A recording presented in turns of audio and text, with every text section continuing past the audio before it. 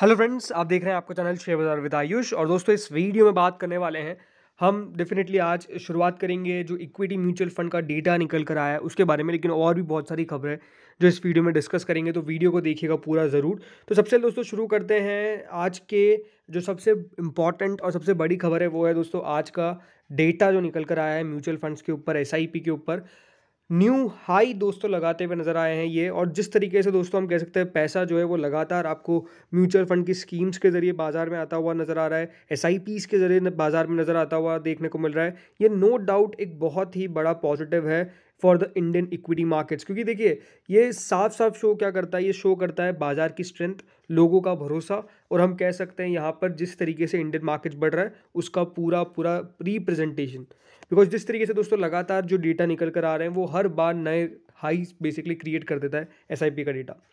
दोस्तों जो इनफ्लो है वो ज़रूर मंथ ऑन मंथ बेसिस पे ऑलमोस्ट 22.15% के आसपास ड्रॉप होते हुए देखने को मिले हैं। करीबन 155.36 बिलियन रुपीज़ के आसपास आए हैं in November from 199.57 billion rupees in October. Data ने ऐसा शो किया है। लेकिन अगर आप ओवरऑल देखेंगे जो एसआईपी का डेटा है वो दोस्तों काफ़ी बढ़िया निकल कर आया है इस बार। जो इनफ्लो है ज़रूर देखिए म्यूचुअल फंड्स में थोड़ा सा कम होता हुआ नजर आया। जो इनफ्लो है इंडियन इक्विटी म्यूचुअल फंड्स में वो फेल हुआ है, क्योंकि इन्वेस्टर्स अभी भी लगातार दोस्तों स्मॉल और मिड कैप फंड्स के ऊपर हम कह सकते हैं ज़्यादा बेट कर रहे हैं स्ट्रॉन्ग रिटर्न्स के लिए, एंड ज़्यादा पैसा जो है वो वहाँ पे आपको जाता हुआ देखने को मिल रहा है। ये साफ साफ आज एएमएफआई ने, यानी association of mutual funds in India ने डेटा ने साफ साफ शो किया।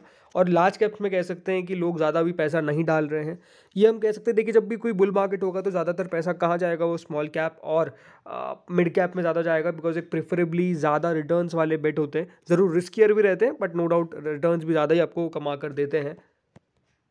जो एसआईपी का डेटा है वो ज़रूर लगातार आप कह सकते हैं कि रेगुलर पेमेंट्स हो रहे हैं एसआईपी के अंदर। ऑलमोस्ट 170.73 बिलियन रुपीज़ आपको देखने को मिला है एसआईपी के अंदर, with the number of SIP account rising by 1.41 million to 74.41 million, also an all time high. इस तरीके का डेटा जो है वो बेसिकली शो कर रहा है। तो मेजरली देखिए मुझे लगता है कि जितना पैसा आप लगातार आप देख रहे हैं एसआईपी के अंदर एसआईपी के थ्रू बाजार में आ रहा है या फिर म्यूचुअल फंड के थ्रू बाजार में आ रहा है, ये बाजार को ओवरऑल सिर्फ ऊपर ले जाने में बहुत मदद करता है, इसमें कोई डाउट नहीं है।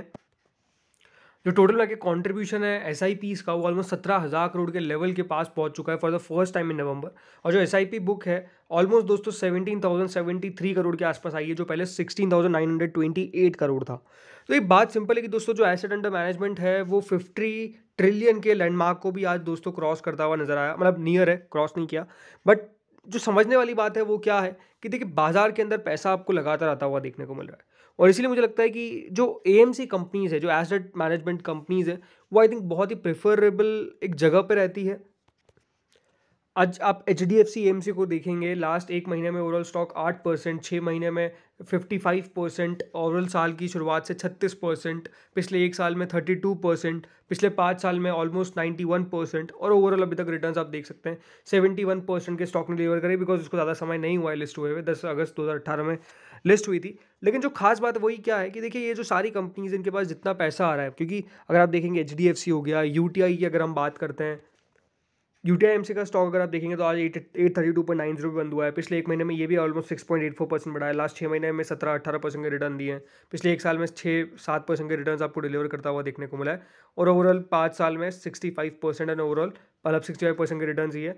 5 साल भी नहीं कहूँगा बिकॉज ये भी 2020 में लिस्ट हुआ था। लेकिन जो बॉटम लाइन है वो ये है कि दोस्तों इन कंपनीज़ पर आप नज़र रखिए, बिकॉज ये कंपनीज जो है वो आने वाले 10 से 15 सालों के अंदर मुझे लगता है कि बहुत बढ़िया करेगी, एक सेफ बेट रह सकता है। रीज़न सिंपल है कि ये जो अभी 16,000 करोड़ आप देख रहे हैं डेटा, मुझे लगता है कि एक समय ऐसा आएगा जब आपको रेगुलरली लोग इतना पैसा डालते हुए देखने को मिलेंगे, मतलब on a regular basis 60,000 crore का लेवल जो है वो आ जाएगा। मतलब एक एक दिन के अंदर इतना पैसा आ सकता है, क्योंकि बाजार का पोटेंशियल है। अभी तो देखिए बाजार में कितने लोग पैसा लगाते हैं, बहुत कम लोग, राइट। मतलब मान लीजिए अभी 10% 12% लोग पैसा लगा रहे हैं, ये जो डेटा है ये बढ़ के अगर 30% का हो जाता है, बाजार में 30% भी लोग अगर हमारे यहाँ इंडिया में पैसा लगाना चालू कर देते हैं, तो आप समझ सकते हैं जो डेटा है वो कितना बढ़ेगा। तो बिल्कुल इनके ऊपर नज़र रखिए और इनको बिल्कुल ट्रैक रिकॉर्ड पे रखिए, बिकॉज ये सारी कंपनीज मुझे लगता है बहुत बढ़िया करेगी इन अ फ्यूचर टर्म। अब बात करते हैं दोस्तों विप्रो के ऊपर। तो विप्रो एक स्ट्रक्चरल आपको रीऑर्गेनाइजेशन करता हुआ नजर आ रहा है, इसलिए आज विप्रो के जो ग्रोथ ऑफिसर है, उन चीफ ग्रोथ ऑफिसर है, उनको भी दोस्तों रिज़ाइन देना पड़ा। सो रेजिग्नेशन आया है स्टेफनी ट्रॉटमैन का, जो कंपनी को 3 साल पहले ज्वाइन किए गए थे, एंड आज उनके द्वारा हम कह सकते हैं एग्जिट ले लिया गया, और ये 10th टॉप लेवल एग्जिट है इस कैलेंडर ईयर के अंदर। तो ये अपने आप में बहुत इंपॉर्टेंट बात है कि विप्रो के अंदर काफ़ी स्ट्रक्चरल हम चेंज आता हुआ देख रहे हैं, बिकॉज विप्रो खुद दोस्तों रीस्ट्रक्चरिंग कर रहा है, और इसीलिए दोस्तों आज सीजीओ को भी रिज़ाइन करना पड़ा। एंड लेट्स सी कि यहाँ पे कंपनी क्या कर पाती है, बिकॉज नो डाउट देखिए विप्रो ने काफ़ी बार रीस्ट्रक्चरिंग करी है, एंड मेजरली हम कह सकते हैं कि वो पॉजिटिव रहता है। अगर आज विप्रो के स्टॉक की बात करें तो आज स्टॉक ओवरऑल बढ़िया किया था। आज कह सकते हैं आईटी एज ए स्पेस बढ़िया कर रहा था, 1.37% की तेज़ी देखने को मिली है।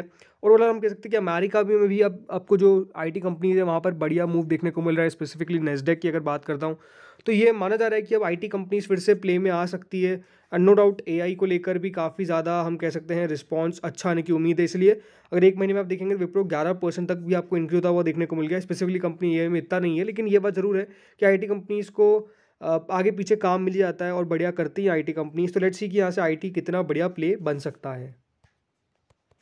अगली दोस्तों खबर है मझगांव डॉक के ऊपर। वैसे तो आज अगर मझगांव डॉक देखेंगे तो 20 रुपये 90 पैसे की गिरावट के साथ बंद हुआ है, और पिछले 5 दिनों में स्टॉक 1.09%, पिछले एक महीने में 3 महीने में तो ठीक है, बहुत अजीब बहुत शानदार रिटर्न दे रखे हैं, इसमें कोई डाउट नहीं है। बट अभी अगर देखी जाए तो एक अच्छी खबर निकल के आई है मझगांव डॉक के लिए, और हो सकता है कि मंडे को ये खबर से कारण स्टॉक में आपको एक अच्छी खासी तेज़ी भी देखने को मिले।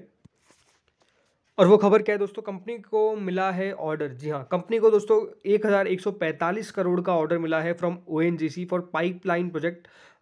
ये ऑर्डर कंपनी को मिलता हुआ नजर आया है, और ऑर्डर जो है order for laying approximately 44.4 kilometre of सब सी पाइपलाइंस इन 19 सेगमेंट्स। यानी कंपनी को एक बड़ा सारा ऑर्डर जो है वो बेसिकली इसके हाथ लग गया है, और मुझे लगता है कि इसके कारण मंडे को स्टॉक ज़रूर आप फोकस में दिखता हुआ नजर आएगा। स्टॉक चल भी सकता है, क्योंकि जब भी देखिए कोई ऑर्डर मिलता है बड़ा तो स्टॉक स्पेसिफिकली चलता है। तो लेट्स सी क्या होता है मंडे को।